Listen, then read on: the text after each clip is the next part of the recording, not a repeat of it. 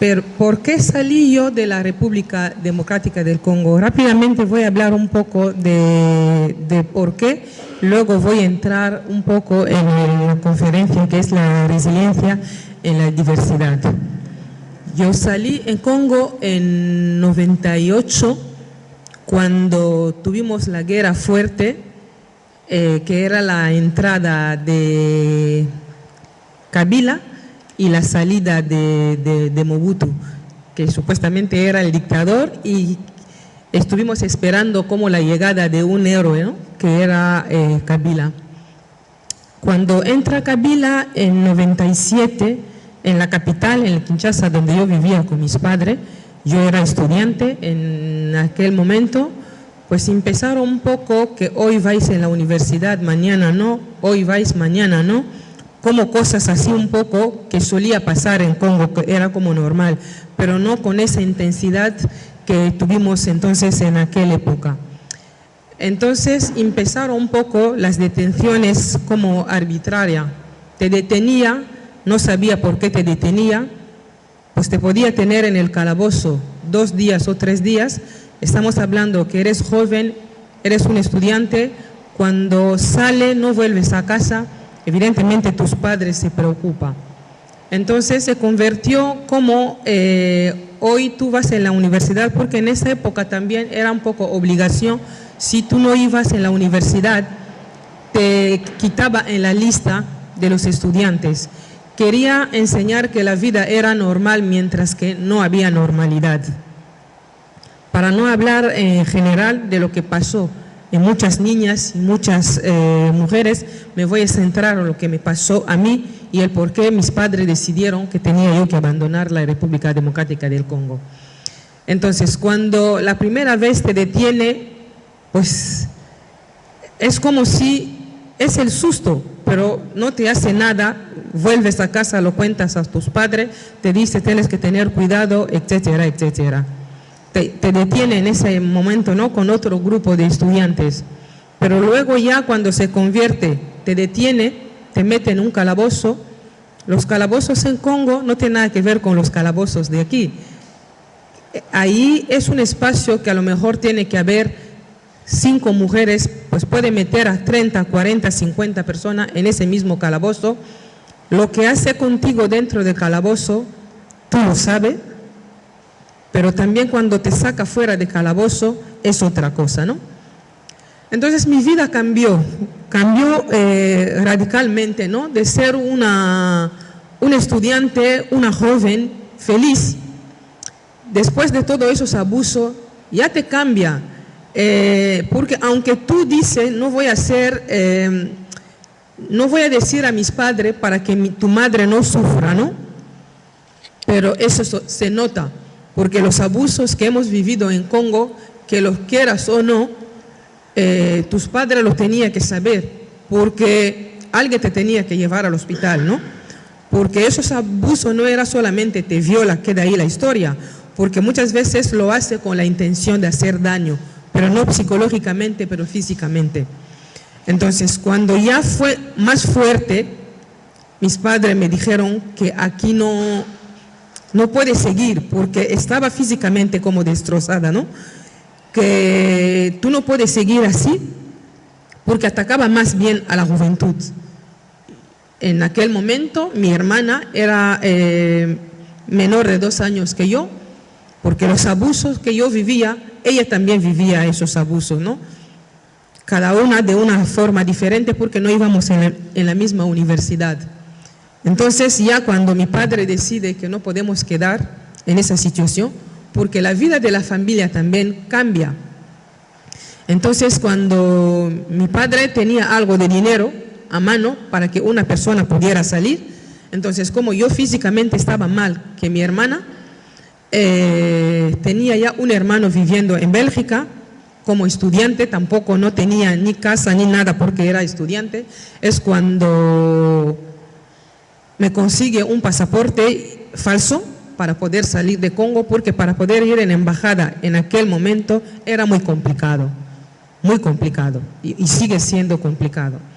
Entonces ya tú vas a salir para poder viajar a Europa, ¿no? porque cuando estás estudiando, el sueño es Europa, ¿no? Es el continente de la maravilla, todo eso. Pero cuando llega la hora de la realidad, que tú tienes que abandonar tu tierra, tu familia, porque tienes que salvar tu vida, pero también la tranquilidad de tu familia, ya no piensa que Europa es un continente maravilloso, sino solo piensa que tú tienes que salvar tu vida. Porque mi madre estaba dispuesta a darlo todo, porque a veces cuando entraban los bandidos, los rebeldes, ella decía que me podéis hacer todo lo que queréis, pero dejarla a ellas, ¿no?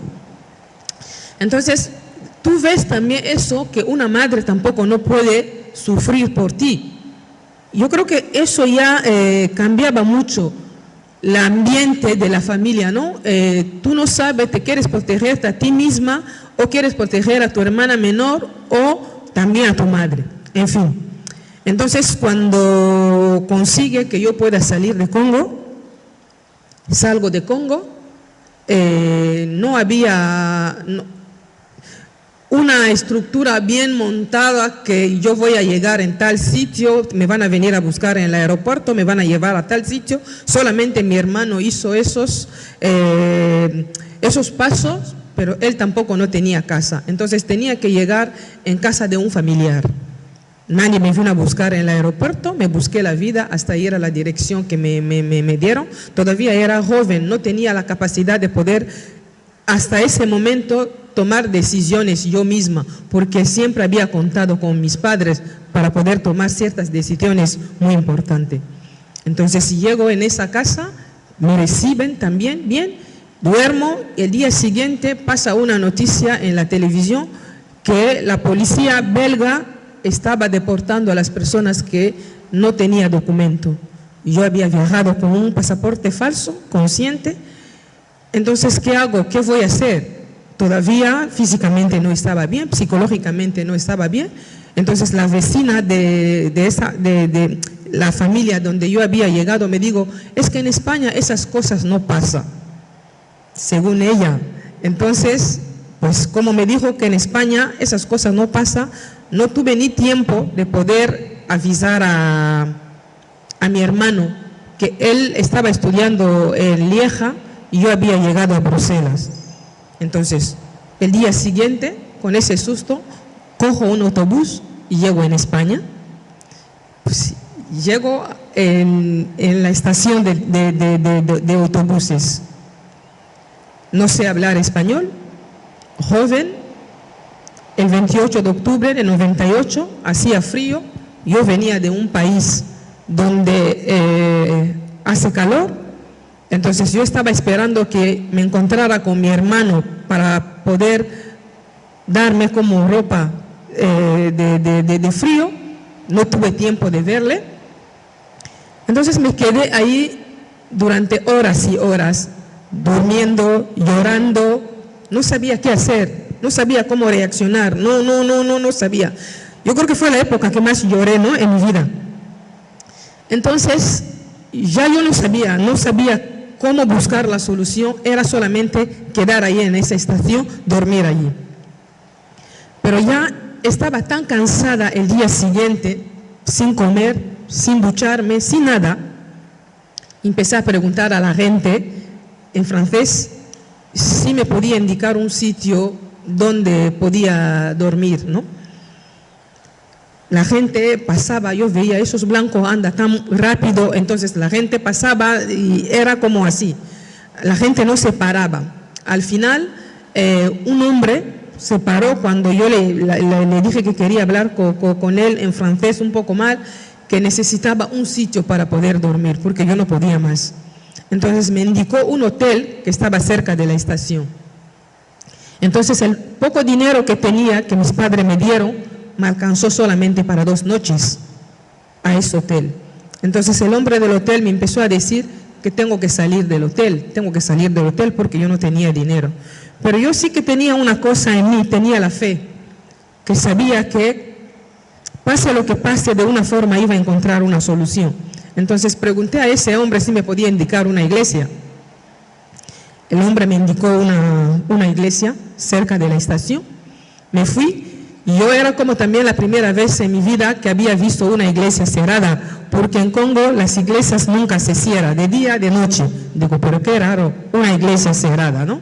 Pero me quedé sentada allí durante horas sentada ahí, hasta que una señora de limpieza vino, la vi abrir la puerta, entró, y yo la seguí después. Ella tampoco me entendía, yo tampoco no le entendía. Le empecé a decir que necesitaba ayuda. Yo creo que ella no me entendía bien, pero al final, con gestos, terminamos entendiendo. Entonces, es allí cuando ella terminó de limpiar todo, se cambió, me llevó entonces a la Asociación Caribú. Yo le estaba siguiendo, pero sin saber dónde me está llevando esa señora, pero solamente le estaba siguiendo. Entonces, llegamos a la Asociación Caribú, donde hoy soy la directora. Entonces, ahí me encuentro en la mesa de acogida con dos personas, una que hablaba francés y una monja que había trabajado durante muchos años en Congo, hablaba mi dialecto. Entonces me tranquilizó un poco, me senté, pero como no estaba bien para poder pensar, físicamente no estaba bien, psicológicamente tampoco, la señora se marchó, pero por lo visto la señora había dicho a la gente de acogida lo que iba a pasar conmigo, que la avisara, pero tampoco no había facilidad de teléfono como tenemos ahora. Entonces, horas después, me dieron galletas, me dieron Coca-Cola, me tomé y luego tenía que hablar con el director, que en ese momento era el padre Antonio, que es cura. Y yo aparentaba más joven que los años que tenía. Me empezó a preguntar dónde estaban mis padres. Yo le dije que no había venido sola, pero ¿dónde estaba mi padre? Yo repetía, Congo, Congo, Congo. Me digo, pero de Congo aquí no has venido andando, ¿cómo has venido? Yo solamente decía Congo, Congo, Congo. Entonces me dice, de esta manera yo no te puedo ayudar, tampoco te puedo dar alojamiento. Porque él y yo durante muchos años en Burundi estuvimos hablando en francés. Y yo le dije, entonces, ¿dónde voy a ir yo? Porque no tengo familia, estoy sola. Yo creo que en esa época también había efecto llamada, donde muchas personas traían jóvenes para la prostitución. Lo entendieron como si fuera de esta manera. Entonces me dijo que no me daba alojamiento. Y yo no sabía cómo volver al hotel, pero tenía la dirección del hotel. Me dijo que una monja me iba a volver a llevar al hotel. La monja me vuelve a llevar al hotel. Y el hombre del hotel me decía que tengo que salir porque no tengo dinero. Vuelvo otra vez a llorar, a quedarme allí. 2 horas después vuelve la monja para decirme que el padre la había mandado para ver si realmente estaba sola o estaba acompañada. Cuando se dieron cuenta que no estaba con nadie, entonces me lleva a un albergue. Llegamos en el albergue. Es verdad que mi familia no era una familia rica, pero tampoco no era una familia muy pobre. Compartía habitación con mi hermana, pero no con mucha gente de repente, ¿no? En esa época, el albergue de Caribú era como 2 dormitorios muy grandes, donde en una habitación, en uno de los dormitorios, había como 8 o 9 personas. Y de repente, cuando abre la puerta, la monja ve a unos niños y muchas mujeres, ¿no? Salir era para darme la bienvenida. Entonces, como no estaba bien y yo quería descansar, le pregunté a la monja, ¿y dónde está mi habitación? Y me dice ella, tú vas a dormir aquí con otras. Entonces me quedé un poco como en shock. Y de repente un poco como perdí el habla, ¿no? No podía hablar. Entré tanto en una ansiedad que llamaron la ambulancia, me llevaron al hospital. Sirvió un poco para también que me mirara las heridas que traía, ¿no? Dentro. Me quedé días ahí en el hospital. Luego, cuando salgo del hospital, en vez de llevarme en el albergue, me llevaron en un convento de las monjas. pero todos los días iba ahí en el albergue para hablar con otras chicas. Al final yo pensé, si ellas están aquí, no le ha pasado nada, y a mí ¿qué me va a pasar? Yo creo que no me va a pasar nada. Yo no soy más especial que ellas. Seguramente ellas también han tenido los mismos problemas que yo. Entonces, durante un tiempo las monjas me llevaban ahí, pasaba el día con las chicas y luego volvía en el convento. Creo que días después o semana, y ya decidimos que tenía que quedar en el albergue. Entonces me quedé allí. Entonces, ya desde la asociación empiezan a trabajar conmigo para que yo pueda pedir asilo. Yo no sabía qué significa asilo, por qué tenía yo que pedir asilo. Yo sabía solamente que escapé de un país, que abusaron de mí, que yo no podía decir nada, psicológicamente y físicamente no sabía, no estaba bien, pero no sabía por qué tengo que pedir asilo. Entonces me explica el abogado de la asociación que en esa situación tengo que pedir asilo. Vale, tengo que pedir asilo. Entonces me pide cita en la oficina de asilo. Cuando llegamos delante de la oficina de asilo, yo al ver cómo había policía dentro de la oficina, yo les dije que yo ahí no voy a entrar. Que no voy a entrar. Me dijeron que tú tienes que entrar para pedir asilo. Yo les dije que yo ahí no voy a entrar porque al ver solamente cuerpo policial me creaba como una ansiedad bastante fuerte. Entonces yo les dije que yo no iba a pedir asilo, prefiero volver. Cancelaron, volvimos a casa. Se repitió la segunda vez. Entonces ahí, aunque yo era mayor de 18 años en aquel momento, entonces no tenía que tener como tutor para poder pedir asilo. Entonces, desde Caribú explicaron que me está creando como una ansiedad ver a la policía, si una voluntaria de Caribú me podía acompañar para poder pedir asilo. Es cuando nos dice que los policías están solamente delante de la puerta, pero dentro ahí no están. Entonces esa voluntaria me acompaña. Cuando entro para pedir asilo. Durante un tiempo estaba en situación irregular, ¿no? Año después, no sé si 9 meses o un año después, me deniega el asilo, supuestamente porque yo no consideraron que yo no era congoleña, que era de otro país. Entonces es cuando desde Caribú me dice que tienes que recurrir. Pero ¿cómo voy a recurrir? Porque yo me escapé de Congo por los problemas que tuvimos entre Congo y Ruanda. Y la instructora está diciendo que me deniega el asilo porque considera que yo tengo como el perfil de las mujeres ruandesas. Yo no sé de dónde la ha sacado, que ella ha vivido en Congo, que mi perfil no era de las mujeres congoleñas. Digo, pues me parece un poco raro porque ella habrá conocido pues perfiles de mujeres que ella quiso conocer. Yo soy congoleña de padre y madre. En fin, durante todo ese tiempo no estaba en comunicación con mis padres porque no había la facilidad de los teléfonos, no como tenemos ahora. Finalmente, a través de Mundo Negro, consiguieron poder contactar con mis padres. El padre Antonio facilitó los datos, pues se pusieron en contacto con mi padre. Ahí tampoco no tenemos como libro de familia que hay aquí. El único documento que pudieron dar a mi padre era mi certificado de bautizo para demostrar que yo era congoleña. Con eso hicimos el recurso y me dieron como la protección humanitaria. Ese es un poco brevemente los motivos que me llevó a mí salir de la República Democrática del Congo. Ahora sí tengo que hablar de la resiliencia, la diversidad, ¿no? Como testimonio, son muchos testimonios. Quizás el mío no es el más grave de la resiliencia.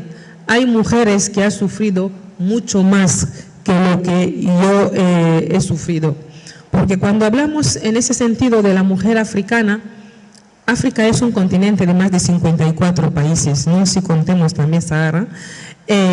Cada país tiene como una situación diferente al nivel del tema geopolítico.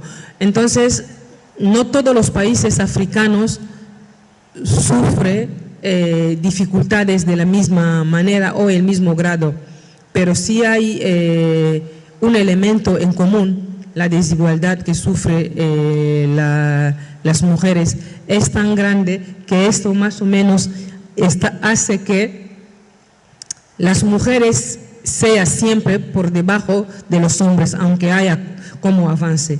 He intentado poner ahí un poco el índice de las cosas, de los puntos que creo que para poder debatir puede ser como interesante, ¿no? Desde los factores que impulsan a las mujeres poder abandonar sus países, los momentos clave para la resiliencia, ¿no? En ese sentido.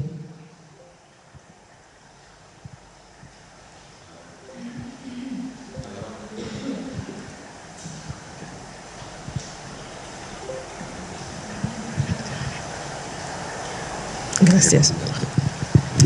Aquí cuando pongo contextualización, ¿no? Hay diferencias, muchas diferencias también con los países africanos, sobre todo los países más avanzados en África son los países anglófonos, que es como Ghana, Sierra Leona, Gambia, aunque también haya guerra, pero son países, digamos, a nivel tecnológico son más avanzados, pero no significa que son países como más ricos, porque uno de los países más ricos es el mío, ¿no? Porque no es el mío. Congo es uno de los países donde más minerales tiene, como coltán, oro, cobalto y todas esas cuestiones. Pero los países anglófonos tienen como más estabilidad que los países francófonos.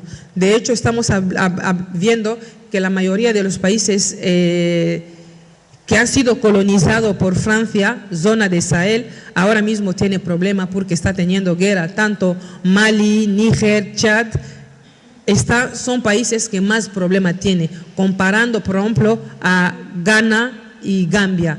En Nigeria sí que el problema más sonado fue lo de Boko Haram. Aparte de eso, son países un poco como más estables que otros. Los países de África no son problemas que empezó ahora, son países que empezó ya desde la colonización, porque muchos países africanos hemos tenido la independencia, pero no es una independencia, digamos, al 100%, sino son como independencias a media. En el caso de Congo, por ejemplo, que tuvimos la independencia en 1960, pero ha sido como el rey belga tenía parte de Congo como su propiedad privada, ¿no? Ahí donde ha habido también abuso a nuestras abuelas, abuelos, por el tema de caucho, ¿no? Son los neumáticos que luego se usaba en aquel momento con el caucho de la República Democrática del Congo. Por lo tanto, la colonización en África ha hecho muchísimo más daño a las mujeres en ese sentido, porque desde la colonización hemos visto cómo ha habido imposición de normas patriarcales, porque las mujeres africanas antiguamente eran como heroínas, eran como las personas que más lucharon para su pueblo, para recuperar ciertas cosas, pero con la colonización ha habido como marginalización de saberes. Todo lo que sabían las mujeres como para poder curar desde la colonización, pues anularon un poco toda esa sabiduría que tenían las mujeres. Pero eso no significa que las mujeres se pusieron como personas más pasivas, sino se empezaron a trabajar como agentes de cambio, creando espacios de reivindicación desde la autodeterminación. Si tengo que poner aquí las fotos de algunas mujeres que lucharon con la colonización, son como las heroínas de Dahomey.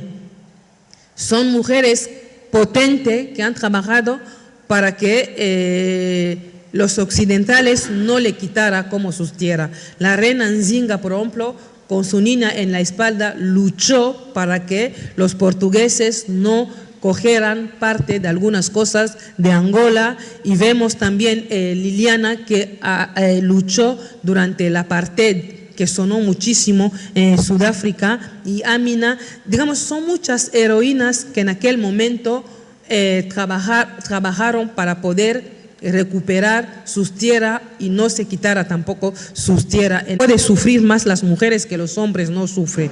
Por ejemplo, te pueden decir que el olor a sangre atrae a tiburones. Entonces, no solamente vas a bloquear tu regla durante tu camino en el desierto, pero también para poder prepararte a viajar.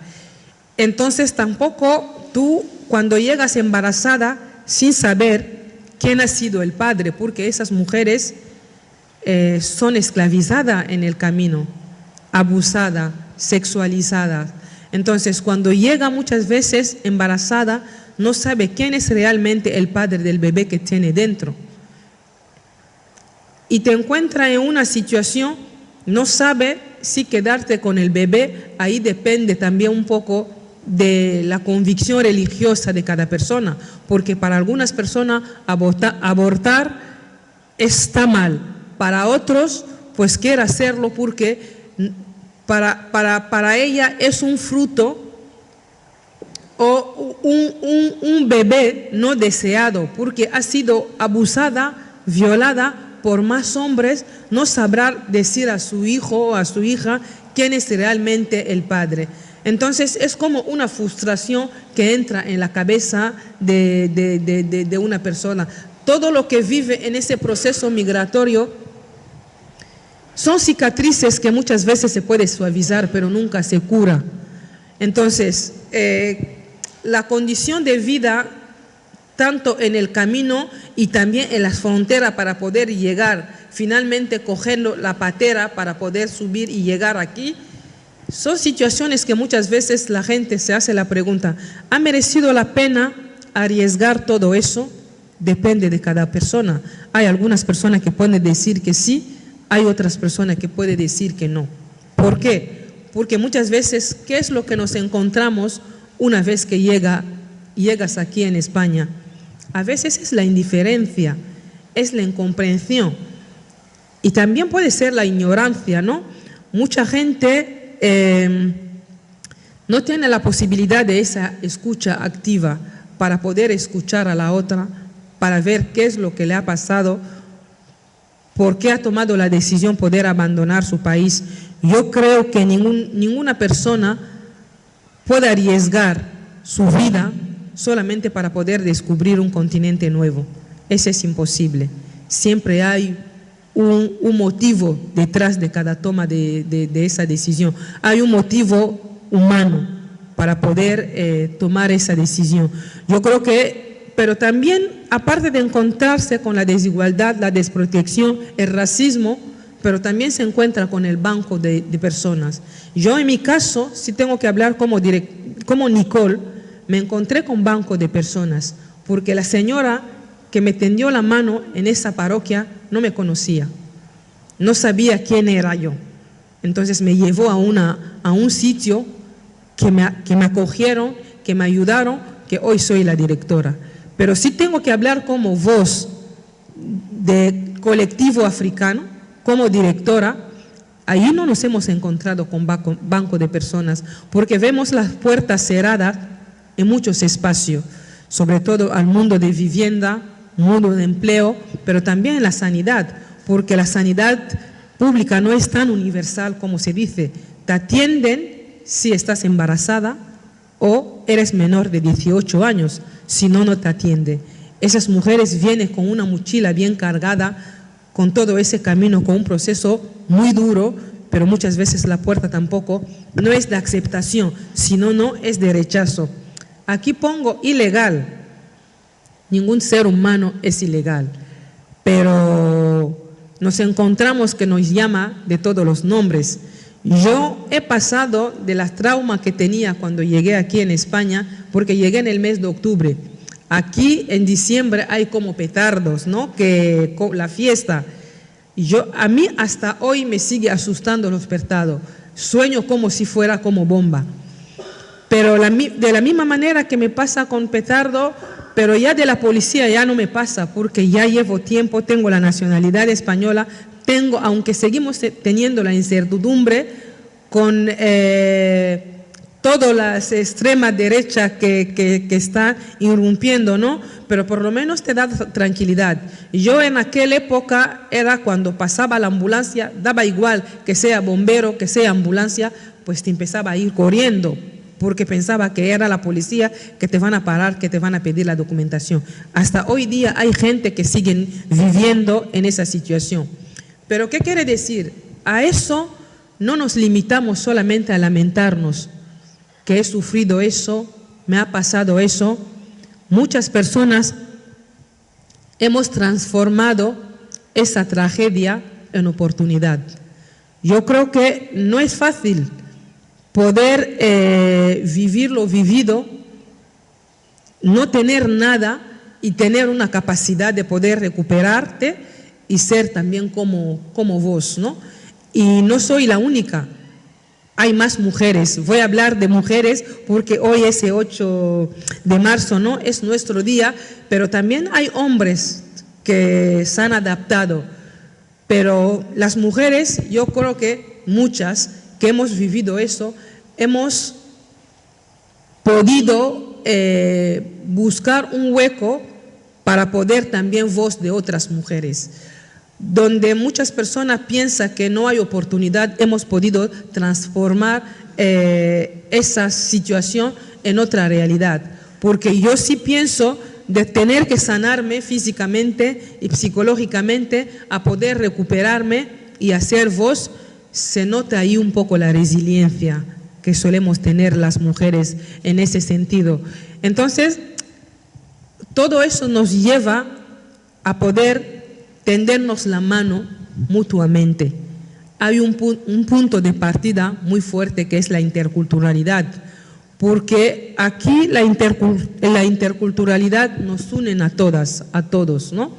Y yo no digo que yo tengo que venir en un país, traer mi cultura, hacer que las otras acepten mi cultura sí o sí. No es así, pero no debemos de confundir la integración con la asimilación. Yo me integro en una sociedad que me abre la puerta, que me acoge, pero no tengo por qué perder mi identidad para poder integrarme en una cultura diferente. Me tengo que adaptar a esta cultura, pero no perder mi cultura. Es verdad, viajamos con nuestra identidad, viajamos con nuestra cultura. Hay muchas cosas que debemos de abandonar de una cultura que es dañina, que es, por ejemplo, la mutilación genital femenina. No podemos permitir que si se practicaba ahí en África, la gente que viaja aquí traiga esa cultura. Debemos de luchar para abolir esta cultura.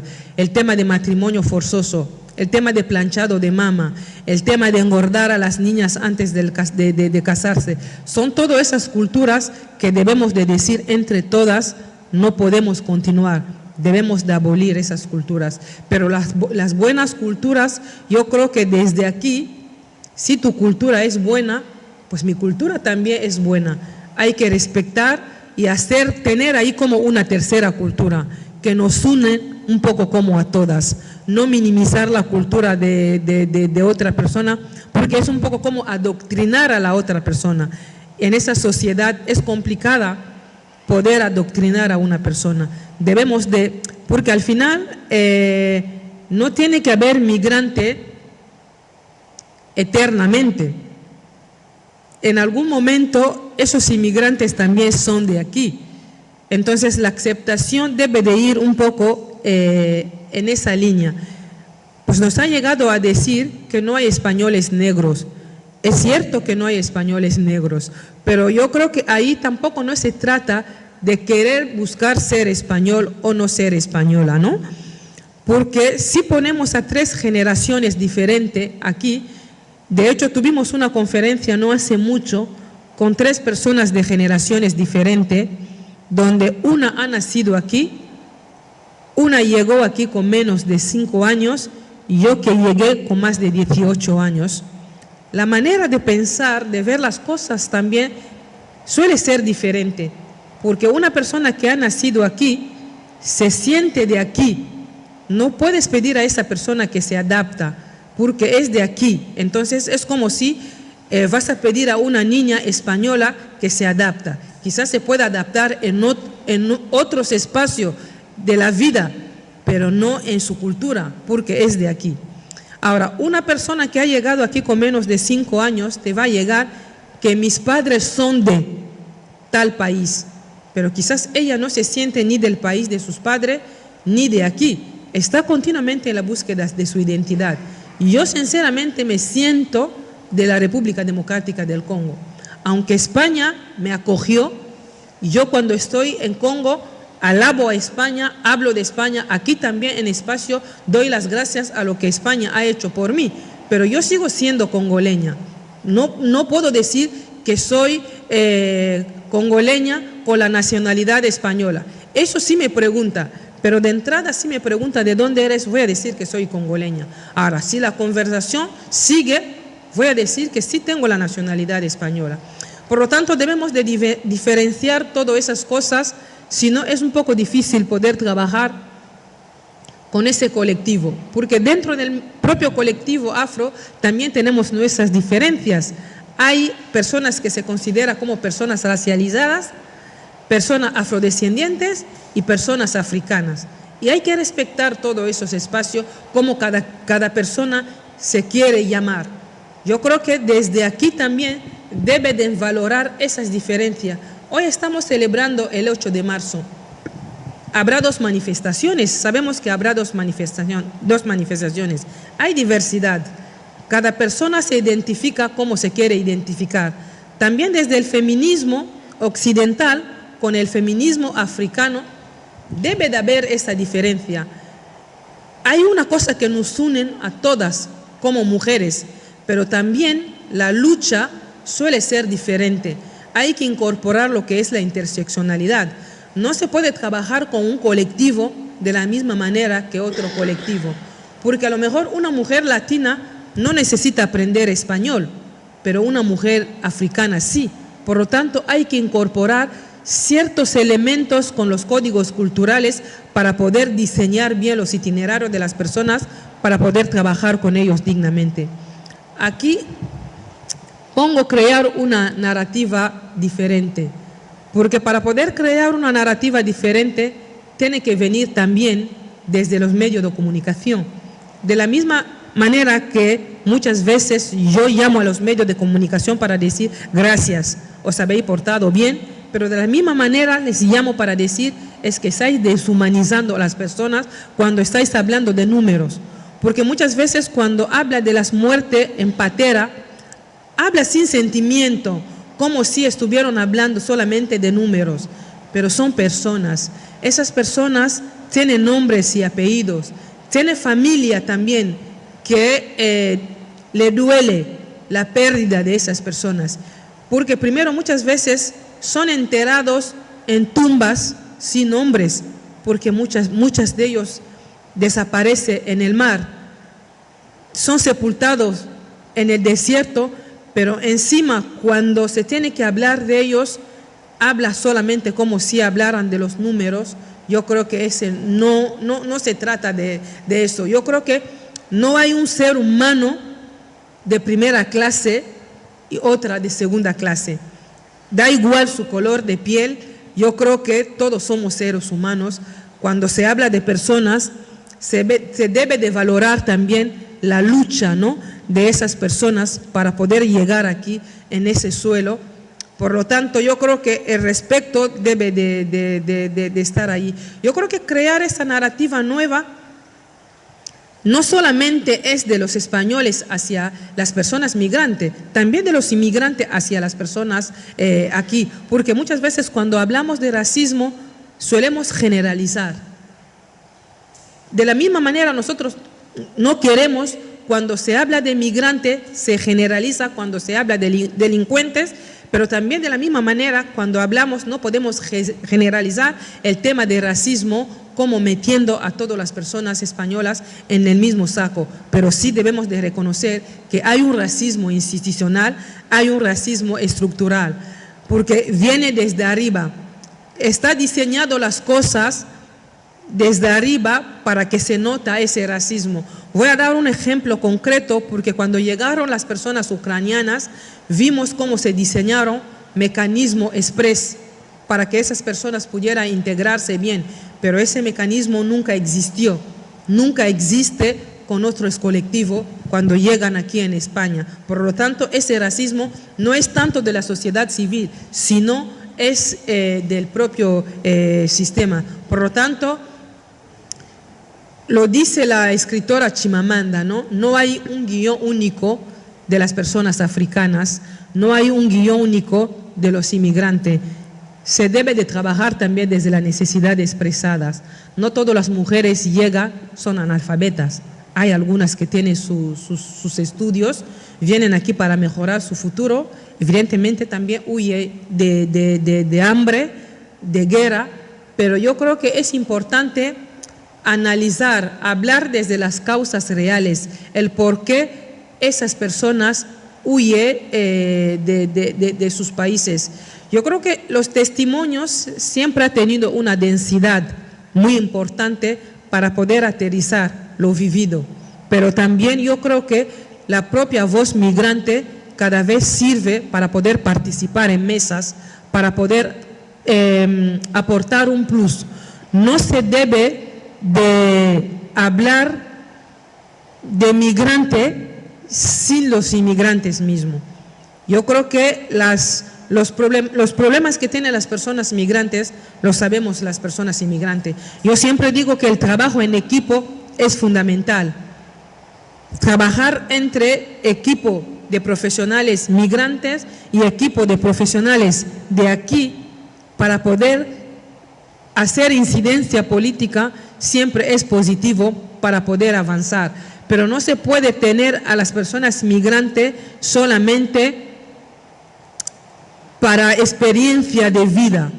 Tiene que ser un poco también que estuviera en mesa de debate para poder proponer leyes, protocolos, etcétera, etcétera. Si no, no estamos avanzando. ¿Hay salida? Pues sí, yo creo que hay salida.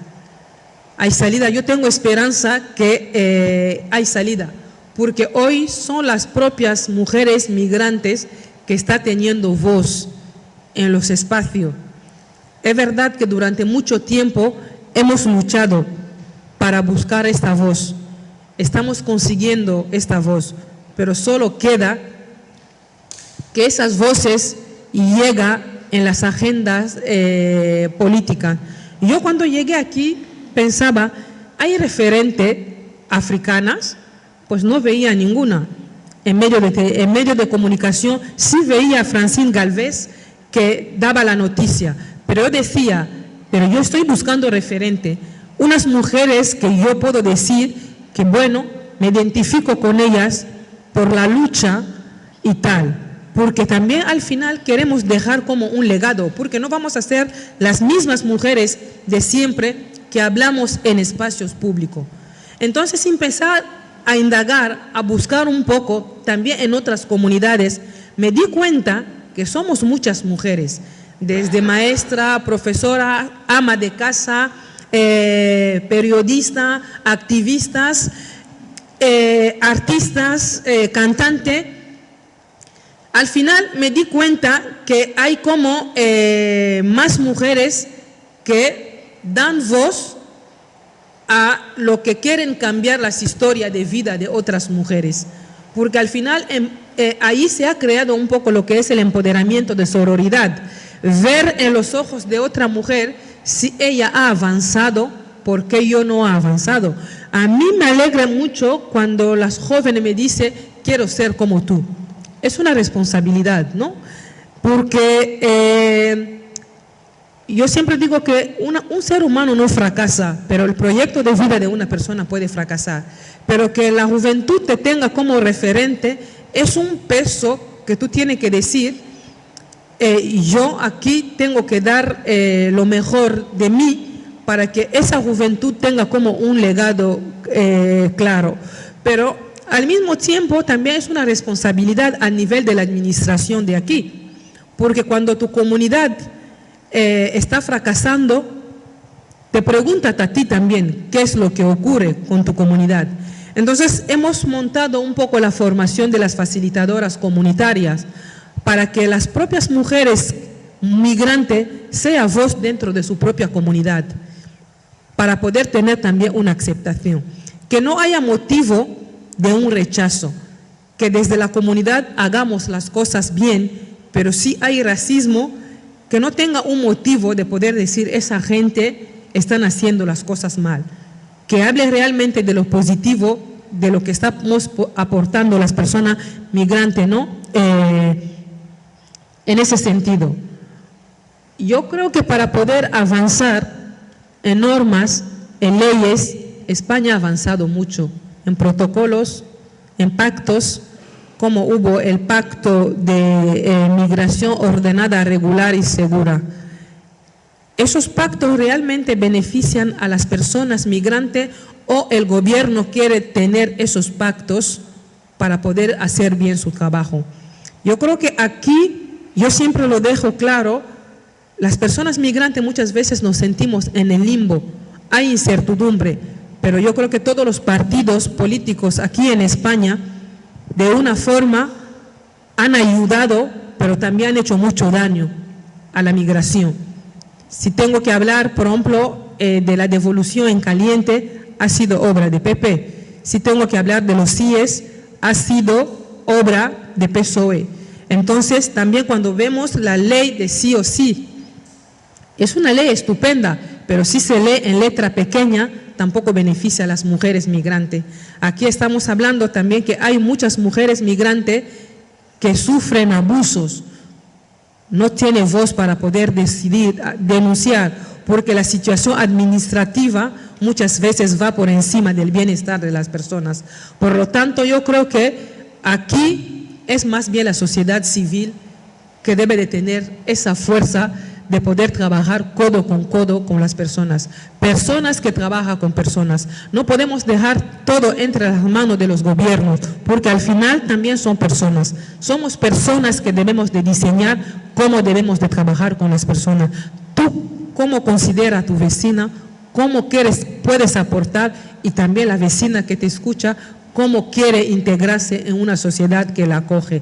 Yo creo que ahí es un poco que todas debemos de ser un poco como agentes de cambio, poder cambiar las historias de vida de otras mujeres, porque la resiliencia está allí, la fortaleza está allí, pero a veces por una situación de vulnerabilidad, encontrarse en un país diferente, sin idioma, necesita ser acompañada, esa persona necesita ser acompañada, pero yo siempre digo, no desde el asistencialismo. Hay que ayudar a una persona a poder independizarse. Aquí muchas veces se dice que se empodera a las personas migrantes. No se empodera a las personas migrantes. Tú estás acompañando a una persona migrante en un momento de debilidad de su vida, porque necesita ese empujón, pero no le estás empoderando. Porque una persona, una mujer que toma la decisión de poder abandonar su país, es una mujer empoderada. Por lo tanto, solamente le estás acompañando. Muchas veces también cuando hablamos de una ayuda o de una cooperación, hemos visto muchas veces cómo esta ayuda de cooperación de Europa hacia África ha sido una cooperación vertical, no una cooperación horizontal. Es una cooperación que obliga a muchos países también de África a seguir con una dependencia y de no saber decir no. Hemos visto también cómo ha crecido el tema de voluntariado de Europa hacia África, pero no todos son voluntariados, se está convirtiendo en volunturismo. Hay gente que van allí a hacer su turismo, sacando fotos de niños que están sufriendo, subiéndolo como si están ayudando. Es que cuando hablamos de ayuda, debemos de hablar desde la solidaridad. No debemos de hablar desde la infantilización de las personas. La ayuda es algo que ayuda, pero sin infantilizar a las personas cuando le estamos dando ayuda. Hay que dar a las personas herramientas para poder crecer, para poder avanzar. Voy a terminar y dejaros el espacio para las preguntas. Aquí hago un poco la recomendación de algunos libros de mujeres africanas, ¿no?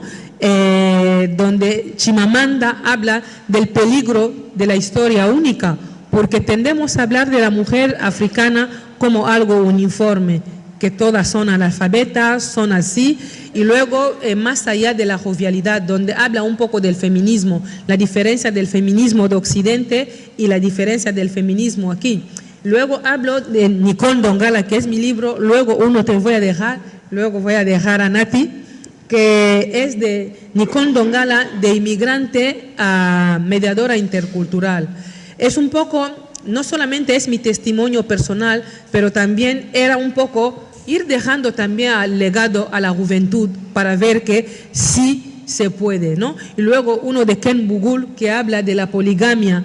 Quizás la poligamia puede ser vista como algo mal desde un contexto, pero para el contexto de Ken Bugul, la poligamia en ese sentido la sirvió porque mientras su marido se dedicaba a cuidar a otras mujeres, ella se dedicó a escribir y hoy día es como una escritora muy grande. Luego abajo allí hablo un poco, aquí es un poco las historias de vida de una cosa que hicimos con el Museo de Antropología en La Lona, donde hablamos un poco de las violencias que sufren las mujeres, ¿no?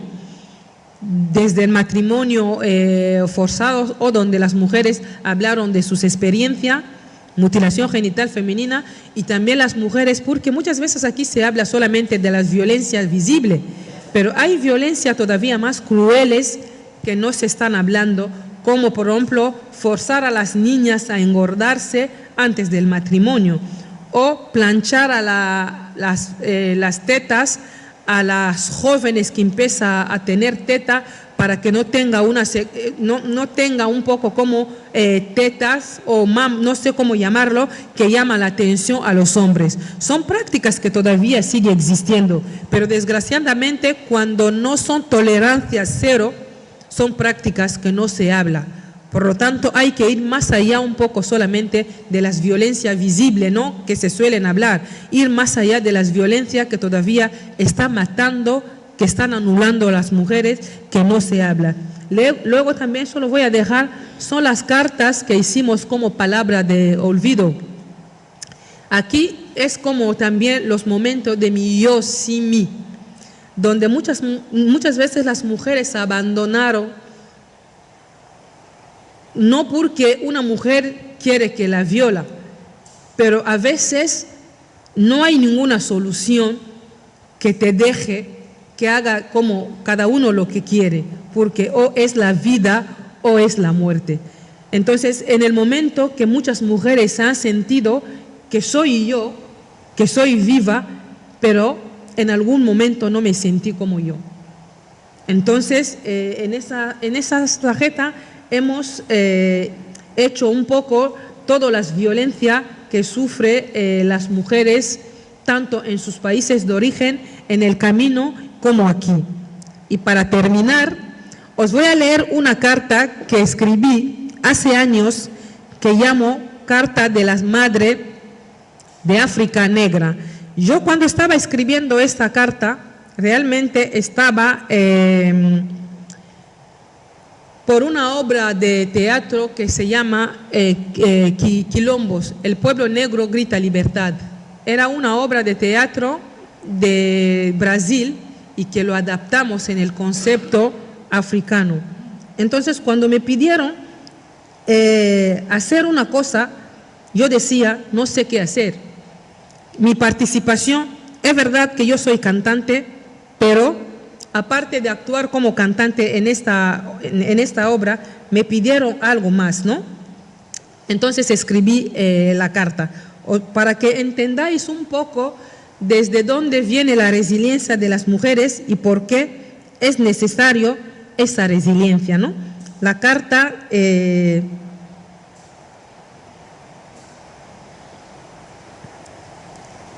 se intitula Perdonar, porque lo tengo en el móvil, como no lo he podido imprimir. Se llama Carta Abierta de las Madres del África Negra. En nuestras raíces humildes se encuentra la fortaleza de generaciones.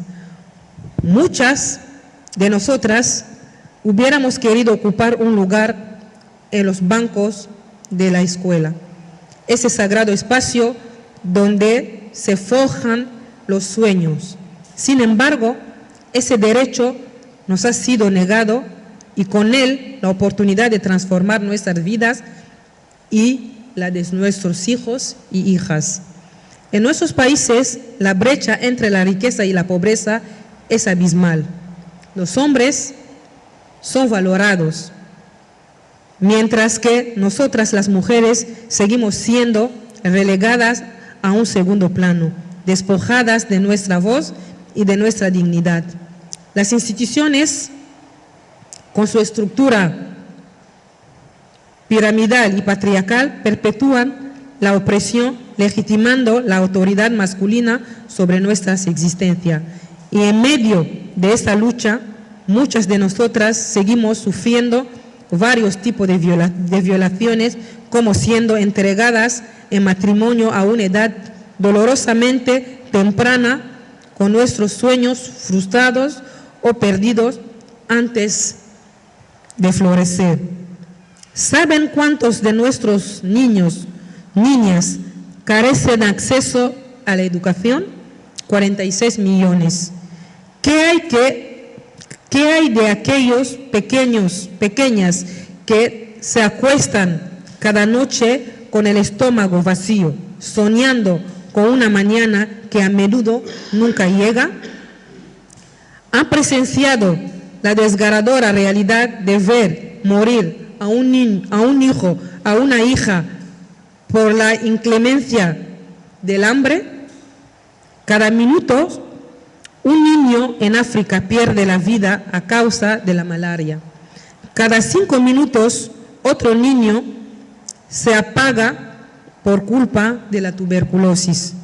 A nosotras, las mujeres africanas, nos utilizan como arma de guerra. Somos raptadas, violadas, asesinadas, humilladas. Nos aniquilan como seres humanos. Y los niños y niñas que nacen de esas atrocidades se convierten a su vez en víctimas de un ciclo vicioso de sufrimiento y desolación. Esas realidades amenazan el futuro de nuestra tierra, arrastrando a miles de niñas hacia la oscuridad de la ignorancia y el trauma. Con humildad, pero también con la valentía que nos caracteriza, les decimos: no nos cansaremos de luchar por nuestra África, por nuestra libertad, por nuestros hijos, por nuestras hijas, por nuestra salud y por nuestros derechos. Después de 500 años de esclavitud, opresión, exclusión, ignorancia, pobreza y miseria, ha llegado el tiempo de alzar la voz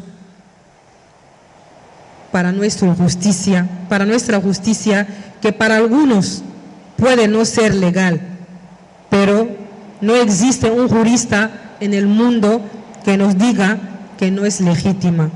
Rechazamos las armas y toda forma de violencia. No deseamos enfrentamiento entre culturas o religiones, pero queremos vivir con dignidad, con el respeto que nos merecemos. Venimos con la determinación de no rendirnos. Volveremos una y otra vez, 10 veces, 1000 veces. Nuestro cuerpo pueden ser destruidos, nuestros sueños y nuestros derechos son indestructibles. Ni la más potente arma podrá destruirlos. No solo tenemos al mundo, no solo traemos al mundo hijos, parimos a los hombres del futuro y mujeres del futuro. Nuestros niños y niñas serán educados en una África libre. Viviremos para entender las leyes, para transformarlas, para construir un nuevo marco que responda a las necesidades de nuestro pueblo. Carta, con una firme esperanza, confiamos que nuestras palabras resuenen y genere un impacto profundo. Muchas gracias.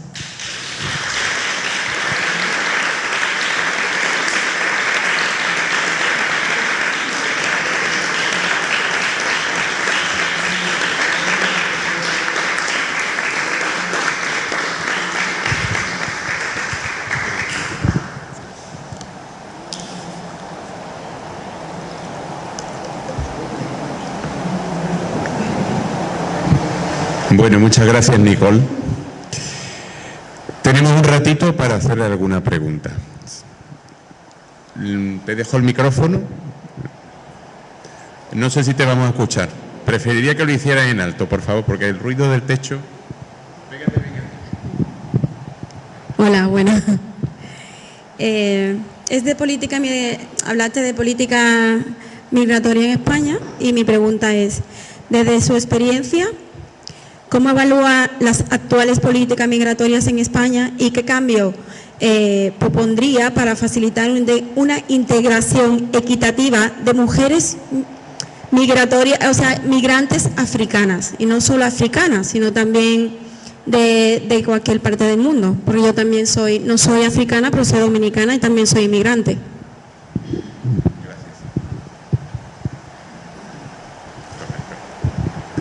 Gracias por la pregunta. Hablando de las políticas migratorias de España, voy a hablar como en dos líneas, ¿no? Pues la primera línea, en ese sentido, puedo decir, España, por lo menos, para hablar del lado positivo de esa política migratoria, puede haber una esperanza cuando una persona está empadronada, después de 2 años, pedir el arraigo por formación o arraigo social después de 3 años, cosas que no existen en otros países. Pero también al mismo tiempo, eso también como una ley trampa, ¿no? En el sentido que sabemos que muchas personas migrantes, tanto africanos, latinoamericanos, no suelen tener pasaporte, porque para poder empadronarte debes de tener como un pasaporte, eso que demuestra los años que tú llevas aquí en España. Sobre todo los que vienen en patera no suelen tener pasaporte y las propias embajadas no suelen colaborar. Esa es la parte que puedo decir, está bien, pero al mismo tiempo hay esta trampa, pero hay que agradecer porque hay algunas personas que consiguen tener la documentación en esa línea. España avanzó mucho en pactos, en leyes y protocolo, porque si yo pienso desde más de 20 años que yo llevo en España, son en los últimos 5 años que hay más protocolos que están metiendo en la política, en la agenda de los políticos, el tema migratorio. Pero realmente no son protocolos que están beneficiando a las personas migrantes. Esos son protocolos que muchas veces se hace por el cumplimiento de Europa, porque al final España está dentro de Schengen. Hay cosas que el propio España no puede decidir, sino se decide a nivel de Europa. Por lo tanto, no es una política migratoria que beneficia a las personas. Yo creo que se ha diseñado políticas migratorias que visibilice un poco los avances de los gobiernos, pero no de las personas. En ese sentido, si tengo que hablar de las personas migrantes en general, sobre todo en el tema de violencia de género, hace 5 años que hemos creado la red de mujeres africanas y nos hemos dejado guiar por las mujeres latinas, porque las mujeres latinas llevan España décadas. Entonces han hecho mucha incidencia política aquí en España. Por lo tanto, es también una forma de decir, el trabajo en red nos ayuda a tener esa unión para poder avanzar en esas cosas. Si hay algo que está allí no beneficiando a las mujeres, que sea migrante, latina, asiática, africana, es el tema de petición de asilo. Porque hay gente que lleva 1 año o 2 años esperando una cita de asilo para poder pedir asilo. Entonces, el bienestar de la persona no está por encima de la situación administrativa, independientemente que hables español o no hables español. Entonces, yo creo que se debe de revisar la situación migratoria aquí en España, como se revisa también otras situaciones, porque hay pactos aquí en España, se revisa cada año. Entonces, las políticas migratorias también se debe de revisar para poder avanzar, no solamente para poder visibilizar cuando hay elecciones, porque sí se debe de contar los nombres de veces que habla de migrantes durante las elecciones, flipa. Si hablaba de eso durante todo el año, íbamos a cambiar muchas cosas, pero justo cuando interesa, se habla de migrante. Yo creo que se debe de hablar de los inmigrantes y de las políticas migratorias todos los años, todos los días, como se habla de otras políticas, porque si no, no vamos a avanzar. Pero sí tengo que resaltar esta parte positiva, esa oportunidad que tiene España con inmigrante, con el arraigo por formación y arraigo social. Muchas gracias. Félix, te pido lo mismo, por favor, que te arrimes el micrófono porque hay mucho ruido de fondo. Si te puedes acercar por aquí. Sí, muchas gracias. Bueno, ha sido muy interesante la charla y yo le quiero preguntar una cosa. El fenómeno de las migraciones, el fenómeno de las migraciones es algo que hoy está afectando a un número muy alto de países, tanto de donde salen las personas migrantes y los que reciben.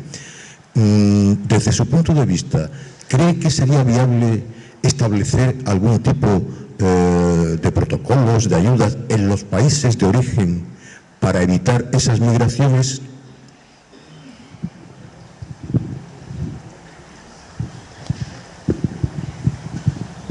Debemos de partir que muchos países africanos son corruptos.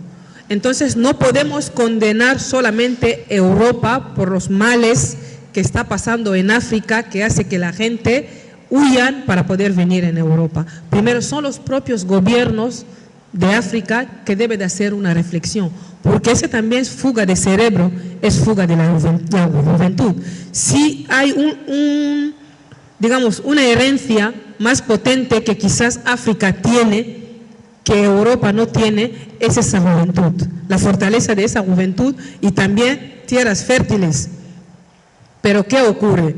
Muchos países africanos son ricos, como el caso de Congo, pero desgraciadamente la riqueza de África beneficia solamente a un grupito, gente, que hace que los jóvenes buscan una esperanza de vida en otro sitio. ¿Cuántas personas pueden estudiar y no tener la posibilidad de trabajar? En España también puede ser cierto que hay gente que estudia, que van a trabajar en Londres o en otros países, pero de África es brutal. Es brutal porque un chaval que ve que su madre se está muriendo por una aspirina que cuesta €1, esa persona buscará cambiar de país. Me acuerdo perfectamente cuando María Teresa de la Vega todavía era vicepresidenta, había como un acuerdo con los países africanos para frenar la inmigración irregular, para que las personas pudieran trabajar desde África.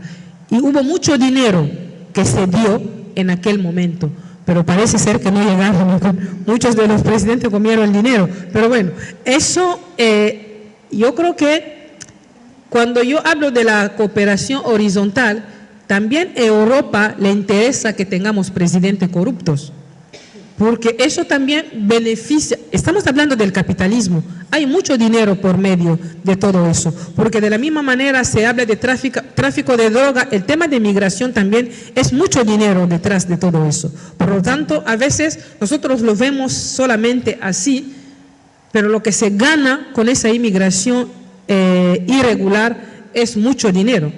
Tanto los gobiernos de África no les interesa poder frenar eso, y tampoco los gobiernos de Occidente. Yo lo siento porque es así, porque si no hay voluntad política es difícil poder cambiar ese sistema y seguiremos viendo tragedia como estamos viendo.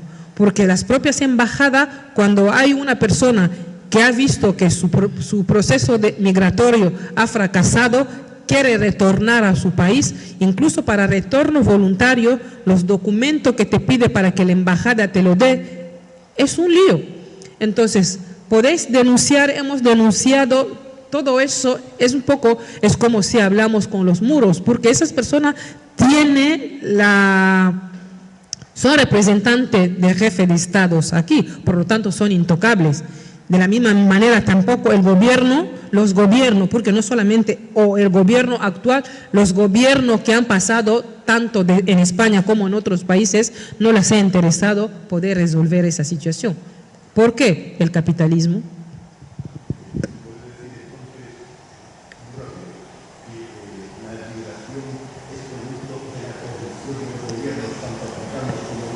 En parte sí. Es producto de la corrupción porque cada persona quiere cambiar su historia de vida, porque si había mecanismo en África para que la gente pudieran soñar, pudieran tener un futuro mejor, la gente no tiene por qué arriesgar su vida para poder venir en Europa, porque una persona que arriesga tanto esta vida es para poder cambiar su historia de vida. Evidentemente también hay una inmigración ordenada, porque la migración más fuerte no es la migración africana, ni la inmigración latina. Hay otra migración en el aeropuerto todos los días que no se habla. Se habla lo que está en patera porque interesa, es como el morbo. A mí me da rabia porque sí coge las estadísticas para ver qué migración realmente hay. Pues la migración en la patera no tiene nada que ver con la migración que llega todos los días en aviones, pero como interesa, y eso está haciendo, crea una barrera, hay rechazo, se piensa que esas personas vienen a irrumpir aquí en España, vienen a invadir España, pero es una migración más minoritaria que hay, esa migración de la patera, pero que hable también de la migración de los grandes que suele existir. ¿Por qué no lo habla? Se habla solamente de la pequeña migración que no tiene nada que ver con invadir España. La migración existe, sí, pero yo creo que no es como se están transmitiendo en medios de comunicación.